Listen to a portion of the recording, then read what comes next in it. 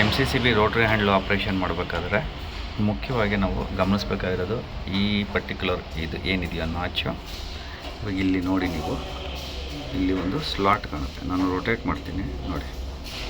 So ಇಲ್ಲಿ ನಿಮಗೆ ಒಂದು ಸ್ಲಾಟ್ ಕಾಣಿಸ್ತಾ ಇದೆ. ಇವಾಗ ಇಲ್ಲಿ ಸ್ಲಾಟ್ ಕಾಣಿಸ್ತಾ ಇದೆ. ಆ ಸ್ಲಾಟ್ ಒಳಗಡೆ ಹೋಗಿ ನೋಡಿ, ಇವಾಗ ನಿಮಗೆ ಕ್ಲಿಯರಾಗಿ ಗೊತ್ತಾಗ್ತದೆ.